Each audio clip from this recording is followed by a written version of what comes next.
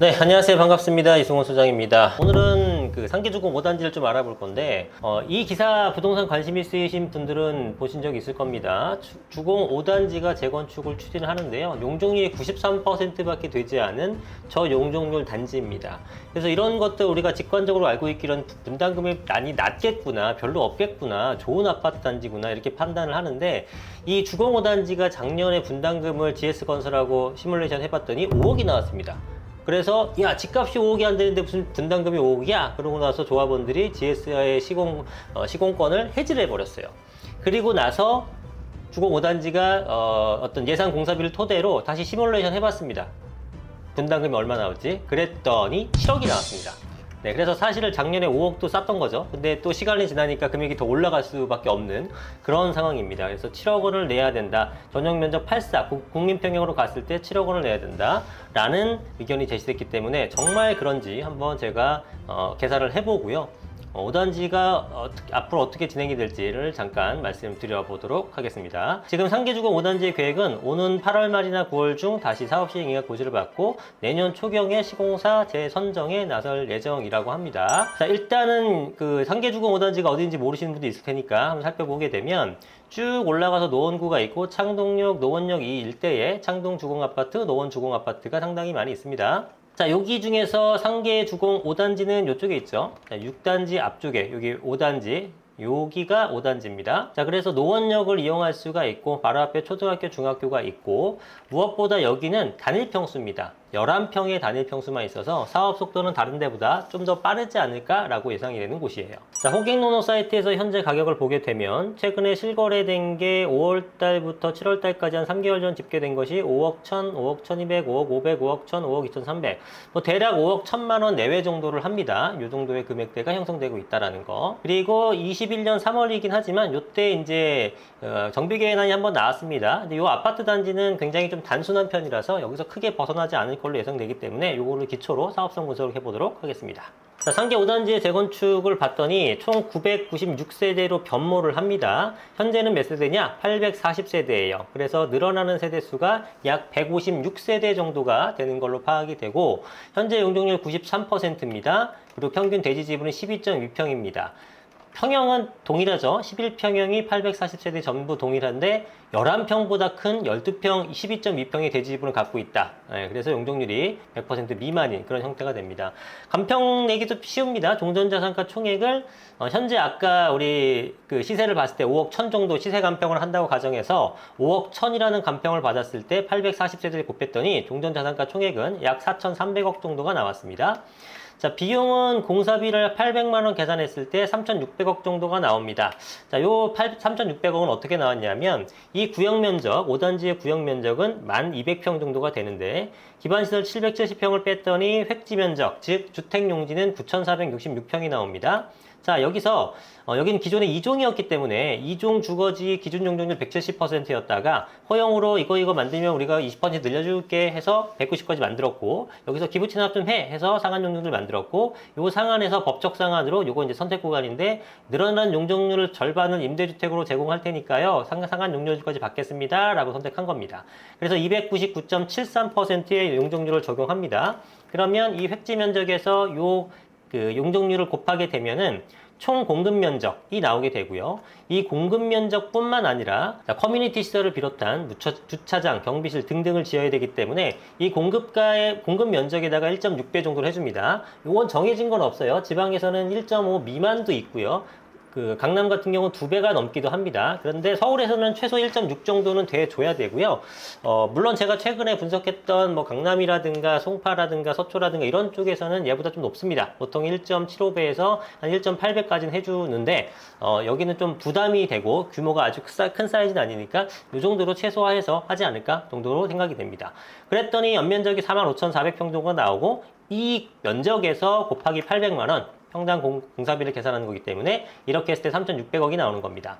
그 다음에 그 아파트가 재건축되려면 공사만 하면 되는 게 아니죠. 조합도 운영해야 되고, 보상한 그 현금 청산하는 사람이 현금 청산 해줘야 되고, 예비비도 챙겨야 되고, 그 다음에 이자도 내야 되고, 다양한 비용이 들어갑니다. 그러한 기타 사업비가 공사비 한 35% 정도 책정을 합니다. 그럼 비율로 따지게 되면 한 74대 26 정도가 되는데, 보통 3대1 비율 나오게 되니까 여기서 얼추 비슷할 것 같아요. 그래서 기타 사업비까지 계산한 총 비용은 4,900억 정도가 나오고요. 종전자산계획 4,300억과 4,900억을 합쳤더니 종전자산가와 비용의 총 합계는 9,180억 정도가 나옵니다. 자, 여기까지 이해되셨죠? 그러면 이제 수익적인 면을 보겠습니다. 종후자산가, 결국은 이득이 얼마나 났느냐, 이거를 계산하는 건데, 이익을 보는 면에서는 조합원 분양수익과 일반 분양수익과 임대와 상가 분양수익이 있습니다. 근데 상가는 사실 없다고 그냥 봤어요. 요즘 업계 지는 것도 많으니까 없다고 보고, 임대 분양수익은 의무적으로 제공해야 되는 게 있죠. 아까 설명드렸다시피 법적 상한에서 상한 용적률, 그러니까 즉 늘어나는 용적률의 2분의 1, 50%를 제공해야 되는 거니까 이 차액인 78.79에서 절반인 39.4, 요게 의무 임대 면적이 되는 겁니다. 그러면 아까 획지 면적에다가 이 39.4를 곱했더니 의무 연면적은 3,729평이 나옵니다.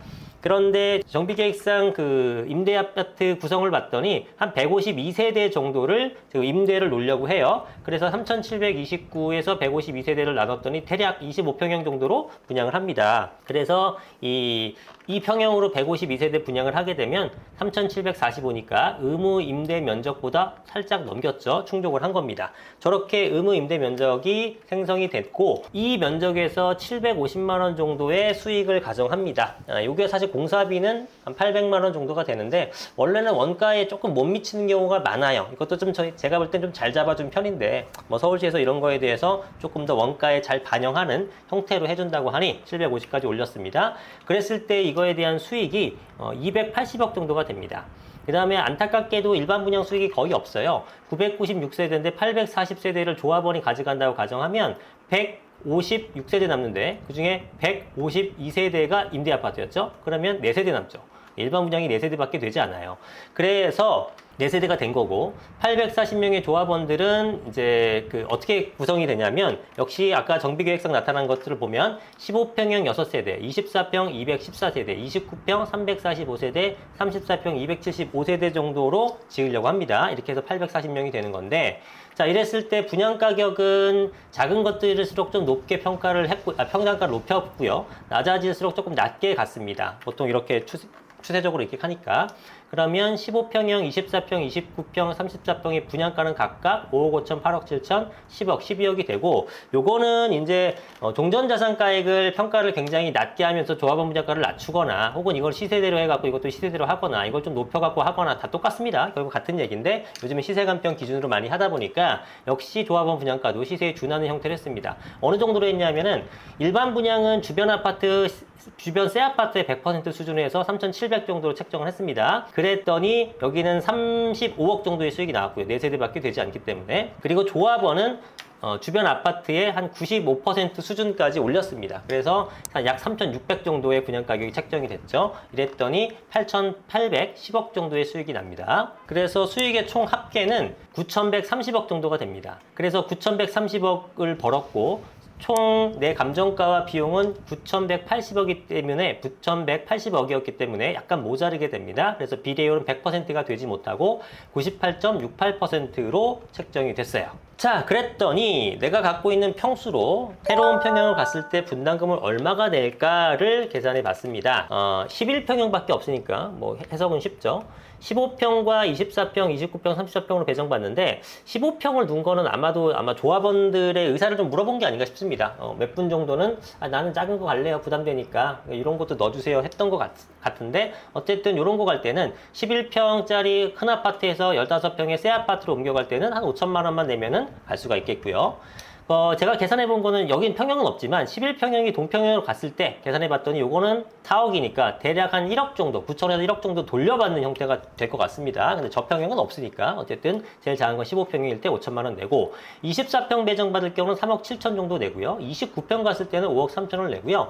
34평 국민평형으로 갔을 때는 언론에서 나온 것과 거의 동일하게 저도 7억 100만 원 정도의 분담금이 산출이 되었습니다. 그래서 거의 비슷하게 나온 것 같은데, 아마 요거는 시간이 지나면 더 높아질 수도 있고, 만약에 분위기 좋아갖고 일반 분양을 더 비싸게 할 수 있으면 낮아질 수도 있는데, 대략 요 정도의 분담금은 감안해야 되지 않을까 싶습니다. 그러니까 지금 현재 5단지 아파트가 5억 1천 정도, 상계주공 5단지의 11평형이 5억 1천 정도의 시세를 보이고 있는데, 분담금을 7억 정도를 낸다고 하게 되면은 총 12억 1천만 원 정도의 내 자금이 소요가 되는 거죠. 그러면 이 5단지 아파트, 새 아파트, 34평 새 아파트의 가격이 얘보다 얼마나 더 높아지는지가 수익인 겁니다. 만약에 한 15억쯤 될 거야 라고 생각한다면 3억 정도의 수익이 생기는 거고요. 분위기 안 좋아서 여기서 크게 못 올라갈 것 같아, 12억 정도라고 한다면 지금 수익이 없는 상태가 되는 거죠. 자, 그래서 사실은 다른 지역보다는 수익을 내기가 만만치가 않습니다. 이거는 뭐 어떻게 보면 당연한 결과인데, 지금 전반적으로 가격이 상승하는 추세라고 하더라도 이 핵심 지역과 비핵심 지역에 올라가는 폭 자체가 다르지 않습니까? 그런데 공사비라는 것은 어느 지역을 막론하고 다 똑같이 증가가 돼버렸기 때문에 비용이 이렇게 증가됐는데 나는 수익을 이만큼 올랐어. 그러면 여기서 수익에서 비용을 차치하고도 남지만, 비용이 이만큼 올랐는데 수익은 요거밖에 안 올랐어. 그러면 오히려 손해가 될 수 있죠. 그래서 지역별로 이런 차등이 생긴다. 그래서 조금 계산상으로는 지금 주변에 새 아파트를 매입하는 수준 정도 아니겠느냐는 생각이 듭니다. 여기 이제 노원구에서는, 여기 노원구에서는 새 아파트가 하나 있죠. 8단지 재건축한 포레나 노원이 있는데, 요거에 지금 현재 시세를 보게 되면 24평 같은 경우가 8억 8천 정도에 거래됐죠. 24년 7월 9일이니까 얼마 안 된 거가 8억 7천까지 거래가 됐네요. 요 정도 상황인 거고, 그러면 아까 8억 8천이라고 했을 때 5억 1천에다가 3억 7천 더하게 되면은 지금 얼마입니까? 8억 8천이네요. 정확하네요. 8억 8천이 소요가 돼서 주변 새 아파트가 지금 현재 8억 8천 정도가 되니까, 물론 이 새 아파트보다는 이게 조금 더 높겠죠. 더 새 거긴 하니까 몇 년이라도. 그러면 조금은 더 올라가긴 하겠습니다만, 어떻게 마진이 다른 지역의 계산 사업성보다는 뭐 높지 않다. 이거는 뭐 냉정하게 말씀드려야 될 것 같습니다. 그 다음에 33평 아파트 같은 경우 12억 1천 정도가 거래됐는데, 12억 1천 정도라고 하게 되면은 5억 1천에서 7억. 그러니까 이것도 지금 기가 막히게 12억 똑같네요. 12억 1천. 현재 새 아파트가 주변에 12억 1천. 이것도 마찬가지로 아까 25평은 8억 8천, 8억 8천이었고, 거의 새 아파트를 사는 것과 차이가 없는 수준까지 간다는 겁니다. 우리가 안전마진이라고 하는 거는 주변 새 아파트 가격과 내가 지금 흔 아파트, 재건축 대상 아파트 사고 나서 추가 분담금 더한 금액, 이걸 비교했을 때 좀 남는 걸 안전마진이라고 하잖아요. 근데 사실은 지금 5단지 같은 경우에는 안전마진 자체가 거의 없는 이런 상황이라고 보시면 될 것 같습니다. 어쨌든 지금은 그렇다라는 건데, 서울시에서 이 정도 지금 사업성이라고 하게 되면 진행이 잘 안 될 수 있잖아요. 그렇기 때문에 보정개수 같은 걸 이용해서 조금 더 인센티브를 주는 그런 어떤 정책들이 빨리 나와줘야 노원구 쪽도 활발하게 거래가 되면서 공급이 되지 않을까 판단이 듭니다. 어쨌든 서울 공급 굉장히 부족한 상태이기 때문에 이걸 해주기 위해서 서울시는 엄청나게 노력을 할 거고요. 그런 것들을 가미한 사업성 분석을 해야 좀 더 정확하게 될 것 같은데, 그런 것들은 발표가 된 이후에 정확하게 한번 시뮬레이션 다시 한번 해보도록 하겠습니다. 자, 그래서 오늘은 상계주공 5단지에 대한 재건축 분석을 해봤습니다. 전반적으로 제가 지금 지역별로 조금씩 하고 있는데, 그 지역에 뭐 전부 하기엔 힘들지만 한두 단지 정도만 재건축 분석해줘도 전반적으로 그 동네가 대충 어떻게 흘러가는구나 정도 알 수 있기 때문에 지금 이렇게 좀 곳곳을 해보고 있는 거고요. 그리고 이제 여러분들이 이제 제안해주신, 분석해주세요 하는 그런 단지들 중에 대표성이 있거나 혹은 많은 이 댓글이 올라오는 것들, 그런 것들 위주로 시간 될 때마다 해보도록 하겠습니다. 자, 도움이 되셨으면 좋겠습니다. 이 아파트를 살지 말지에 대한 결정, 그 다음에 이 아파트를 산다면 어떤 평형을 살지, 지금 사는 게 나을지 나중에 사는 게 나을지, 이런 것들에 대한 분석, 이런 것들에 대한 판단을 쉽게 해주기 위해서 지금 계속 재건축 사업성 영상을 찍고 있습니다. 재개발 쪽도 진행을 할 건데, 일단 어느 정도 재건축을 마무리한 다음에 가고 싶어서 하여튼 머릿속에 생각만 많네요. 어쨌든 여러분들한테 도움 드릴 수 있는 최대한의 노력을 하고 있다는 거 알아주셨으면 좋겠고, 구독과 좋아요 눌러주셔야겠죠. 감사합니다. 다음에 또 좋은 영상으로 뵙겠습니다. 좋은 하루 되십시오.